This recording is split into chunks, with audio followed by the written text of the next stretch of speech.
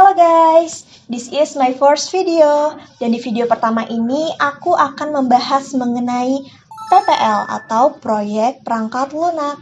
Jadi untuk kalian yang pengen cari tahu mengenai PPL, let's start watching.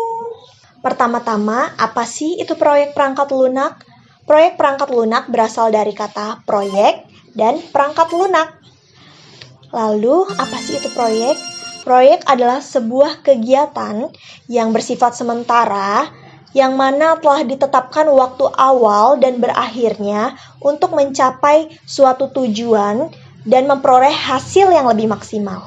Kemudian, apa itu perangkat lunak? Perangkat lunak merupakan bagian dari komputer yang tidak berwujud karena merupakan sebuah aplikasi atau program yang berisi sekumpulan instruksi untuk menjalankan perangkat keras pada komputer.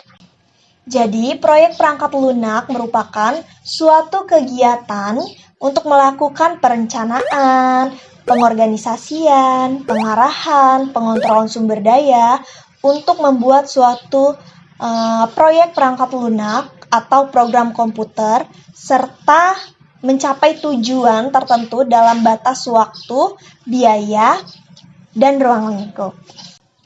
Tujuannya yang pertama untuk menetapkan dasar tujuan, kebutuhan, batasan, dan hasil akhir proyek. Yang kedua, untuk mengelola penggunaan sumber daya agar proyek berjalan dengan lancar. Yang ketiga, untuk menghasilkan perangkat lunak yang memiliki performa optimal, efisien, dan sukses mencapai tujuan. Yang pertama itu ada klien.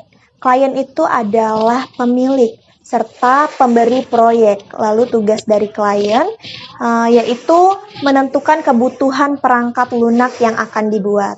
Lalu yang selanjutnya ada project manager.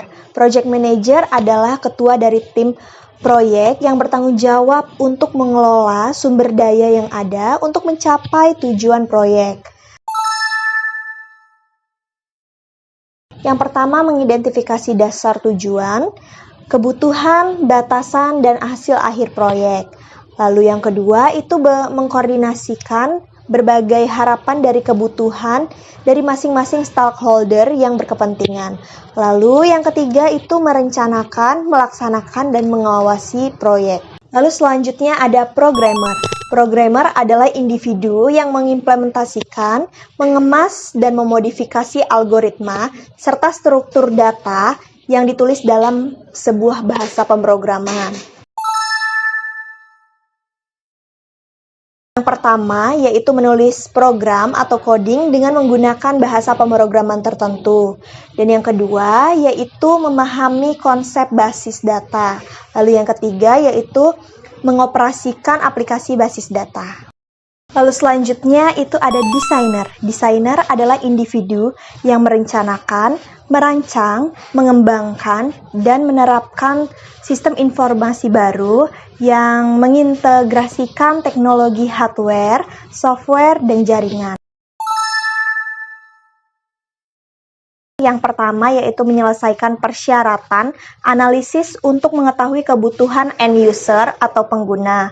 Lalu yang kedua, melakukan konsultasi dengan pihak manajemen untuk memastikan kesepakatan tentang prinsip sistem. Lalu yang ketiga, bekerja sama dengan programmer dan end user untuk memastikan kompabilitas teknik dan kepuasan pengguna. Yang selanjutnya ada analis. Analis adalah individu yang menghimpun kasus proses bisnis yang akan dikonversikan menjadi suatu aplikasi perangkat lunak dan disajikan dalam bahasa atau spesifikasi teknis yang mudah dimengerti oleh programmer. Yang pertama yaitu membangun dan mengembangkan software, terutama pada tahap requirement, design, dan sebagian dalam tahap implementation. Yang kedua yaitu membuat dokumen requirement dan desain software berdasarkan proses bisnis klien. Yang ketiga yaitu membuat proposal dan mengimplementasikannya di hadapan stakeholder atau klien.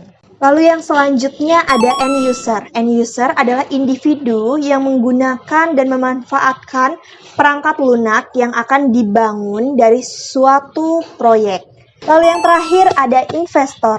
Investor adalah pihak penyedia dana untuk membiayai proyek agar dapat berjalan dengan baik. Pada umumnya, penyedia dana berasal dari perusahaan pemilik proyek, namun juga dapat berasal dari pihak lain seperti sponsor dan bank. Kalau kalian ada ide buat video pembelajaran apa lagi, jangan lupa komen di bawah. And don't forget like, comment, share, and subscribe. See you!